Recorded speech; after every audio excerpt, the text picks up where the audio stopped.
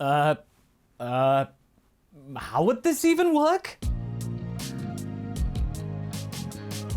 Hey folks, MasakoX here. Now, when it comes to certain scenarios in the world of Dragon Ball, there are stories which seem a little bit ridiculous and very out of the ordinary. The thing about that is that sometimes ideas can come to you when you least expect it, and this one did just that. Well, okay, it also was led to the fact that many of you wanted to hear what I thought about this. In Dragon Ball Z, the Legend of Bardock was about one mid-class Saiyan who was gifted, well okay, I'll say gifted, but more like lumbered with, the power to see the future and see the doom of his people, the Saiyans. So, what are you trying to say, Masako? Where are you going with this? Well, how about we go for a story as a little bonus scenario for this week, where we discuss what could happen if Bardock was able to get the jump on Frieza and catch him unawares through the power of friendship. Actually, it's more power of being a badass and really smart, but friendship is just really cool to say. Now, I can immediately tell that this is something which requires a little bit of effort, as well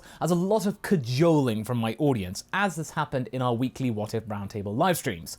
We got this request a lot, so I think it's time to give it a go and see if this is something which can yield a compelling story, or at least something that would make sense. If you want to hear another alternative story I had with Bardock and convincing Saiyans, you can check out What If Bardock Convinced the Saiyans, a complete 7-part tale about an alternative version of these events. Yeah, link up top. Also, if you like what I do in terms of what ifs and discussions, do be sure to subscribe for more of these stories and even become a member by pressing the join button below. It really helps support the channel and you can get some dandy badges and emojis. Let's set the scene. As we know, Bardock's power level isn't all that high.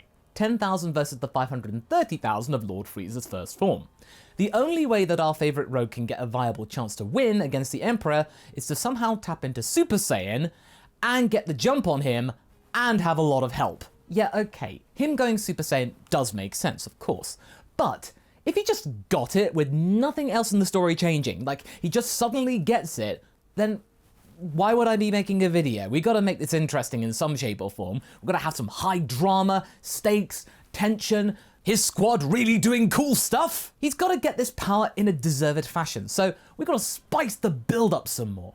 Let's try something which might be a little bit more on the compelling side.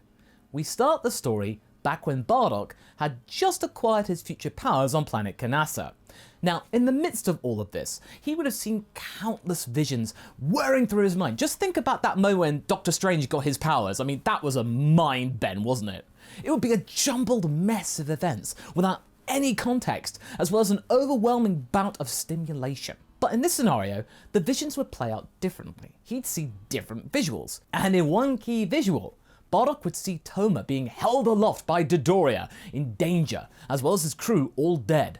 He's not quite sure what this is and how it happened, but he's also dealing with the fact that this jolt is enough to knock him out. Toma, his second, catches him and asks him if he's okay. The only thing that Bardock can splutter before he falls unconscious again is, "Watch out for Dodoria. Ambush." He blacks out. The crew look to each other and they all have a sense of foreboding and confusion. Ambush? Dodoria? Are they in danger right now? Or soon? All of these questions were whirling through their heads, and it certainly gave them cause for concern. They load Bardock in his pod and they all head back to Planet Vegeta, all the while discussing amongst themselves via the pod's communication systems, not their scouters because, you know, eavesdropping, that single sentence Bardock had uttered. They were steadfast and loyal to their leader, and whatever he had to say, they would take seriously without any question. Besides, things have been very weird lately, so it's sort of, matched. What with some of the Frieza Force security heading off-world, not coming back. The oversight reducing to levels which hadn't been seen on Planet Vegeta for years. In short, the presence of Frieza's forces was diminishing for no adequate reason. They couldn't explain it. Something was up though. And does this mean that Dodoria was something to do with this? Well, whatever the case, the best thing to do right now is to get their leader home, rest him up, and get the word out to their friends and allies. As their leader was recovering in the medical bay, his team were busy planting the seeds of defiance, stating that Dodoria is planning something to cause trouble amongst the ranks sometime soon. Nobody was safe. With Toma and Panbukin leading the charge as well as Seripa adding to the credence, the Saiyans were now more inclined in this story to believe what Bardock had prophesied.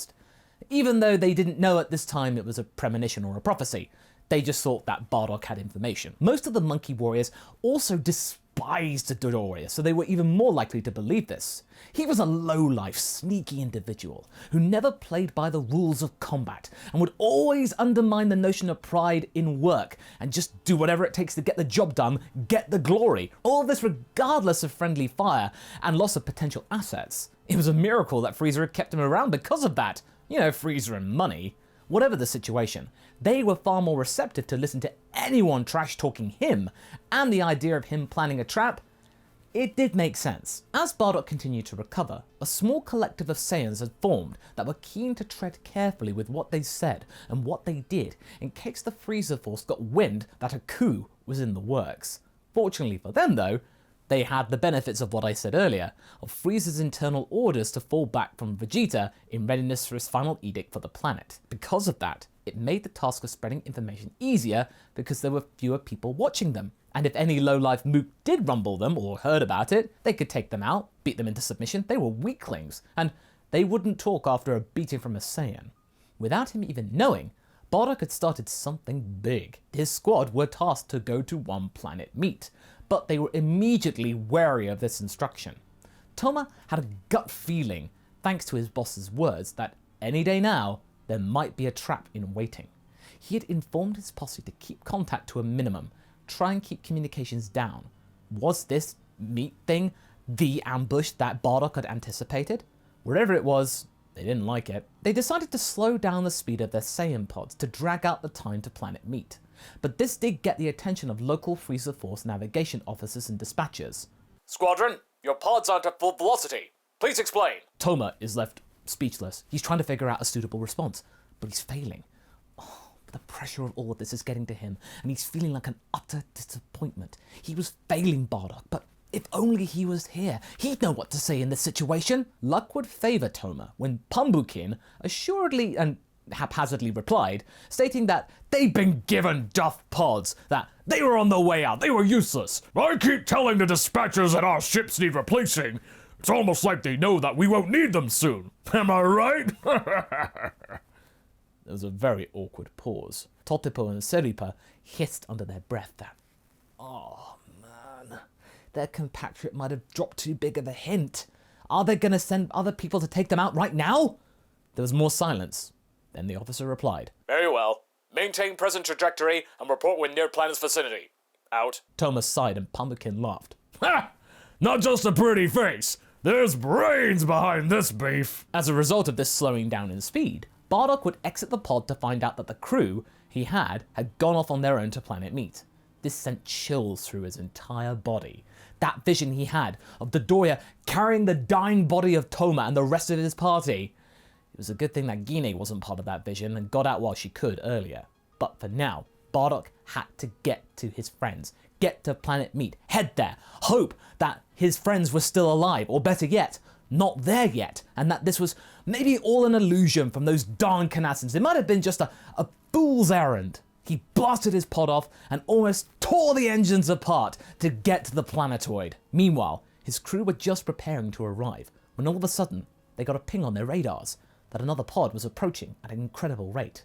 Bardock! They all exclaimed to themselves, and indeed, it was Bardock.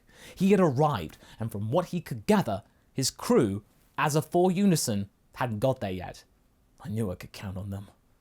They listened, he said to himself. When they landed on the planet, they huddled together and acted like they were, from a distance, planning some kind of debrief or briefing or something. But their real mission was just beginning. With their scouters still in their pods, Bardock took them away from the pods for a bit, told that his words were heeded and that many Saiyans on the planet were starting to take notice. He was surprised at this. Lately, his fellow warriors had gotten rather decadent and complacent with the luxuries that they had gotten as of late. Well, Bardock, it does help that your crew told these cretins in a manner which didn't reek of crazy. Suddenly, Bardock got another vision. This time, it was a Frieza, hurling something towards a planet. Hundreds of people in the skies trying to fight. It would then blow up, perish, and then nothing. Frieza, he's planning something bad. Before they could hear any more of this, their scouters in the pods started to beep and whir into life. Some big powers were coming this way. In the distance, Dodoria's underlings were flying towards the Bardock Brigade. It was true. They had been set up. The world around them had already been wasted. They realized there was nothing left to do, nothing left for them to take out. They were just sitting ducks. Well, not today. They tore through these minions with relative ease with Bardock by their side, as Dodoria sat back and waited for them to report back, thinking this would be easy. These Saiyans would be tenderized enough for him perhaps to come in and finish the job, take all the glory, like he does because he's a sneak.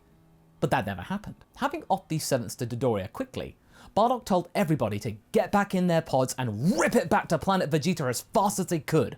Whatever he had seen, it probably had something to do with their home. And it helped that since they were right next to their pods, they got back in quickly, within seconds, and proceeded to get out of there at maximum speed. No more dawdling for this lot. Dodoria then suddenly looked to the sky. He could see the trails of pods disappearing, and his fist clenched with rage. Oh, do I have to do everything myself? Those morons, let them get away! He rushed to his vehicle and blasted off after them. The chase across space was met with pitfall after pitfall, but Dodoria had hopes that, apparently, due to the dispatches saying that their pods that he was chasing were on their way out, slowing down, he'd be able to catch up and perhaps blast them. Little did he know that one of the squad had waited for him. Bardock told his crew to go ahead, act as a decoy, and he had decided to be the ambusher this time around, getting the spin.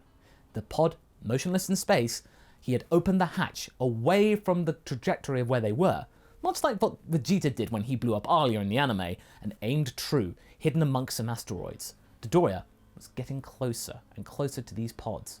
These 4 pods. Wait, are they meant to be fast? Alerts inside his pod went off as a blast careened its way towards his position, and before Dodoria could respond, bang! The pod exploded, and Dodoria was destroyed by the explosion, as well as the vacuum of space. Bardock saw this happen from his point of view and smiled. Gotcha, you low-life scum. How dare you mess with my squad? But this didn't go unnoticed. Frieza's ship had gotten the word that Dodoria's pod had been wiped out, and Zarbon had to be the one to bear the bad news. Lord Frieza, it seems that Dodoria's met with a rather unsavory end. His plan to end one of the top Saiyan squads backfired. Badly. How badly? Frieza said calmly. Very bad. In that he's dead. Dead, eh? He said without much care before he smirked. Well then, all the more reason to pursue the mission. Set a course with Planet Vegeta, Zarbon, would you? There's a good fellow. Zarbon bowed with solemnity, but inside, he wasn't all that fussed. Dodoria was frightfully boorish. Now he could pick a more suitable replacement. Back on the planet, Bardock and his crew had landed and rushed to the nearest canteen and mess hall where the Saiyans were gathered. Everyone, Bardock said, Frieza's coming! He's going to destroy us! The pleasantries in the mess hall ceased, and instead of the derision and laughter at Bardock's words in the anime special, the mood was serious. Frieza's going to end us? Many muttered, and Toma, who had been worried for his lack of bravado earlier, stepped up, now with the confidence of his leader behind him. Yes, we just got rushed by Dodoria, but we managed to take him out and his crew. This led to a cheer by many as, like I said before, they did not like that pink goon one bit. That's not entirely a good thing, though, Toma continued. Frieza will get wind of this and speed things up. We need to work together if we're going to stop him. Thanks to his crew getting the word out earlier, the entire hall cheered and promised to help wherever they could. Bardock smiled and thanked his squad for believing him. I thought I'd lost you all. Thank you for having faith in me. Seripa scoffed. Save the dramatics for later. We got a planet to defend. As the General Saiyans were going about their plans, King Vegeta was informed of the hubbub going on, that Frieza might have been planning something nefarious. Wanting to hear this from the source, he then set out in a pod to Frieza's ship to try and figure out what was the root of all of this. But when he got there, he was met with an icy reception. But at first, Frieza was cordial and assured him that whatever he had heard in terms of news was fake. I can't understand it, Vegeta.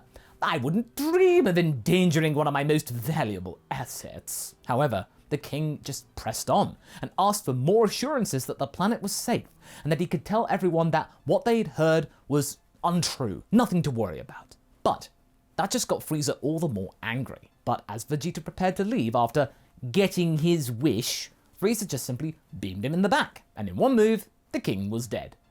Long live the king, Frieza said to himself, and then turned back to the window with his fervor all the more fired up. The plan was this. With almost every Saiyan accounted for, thanks to Frieza's orders, the firepower at disposal was the best it could possibly be.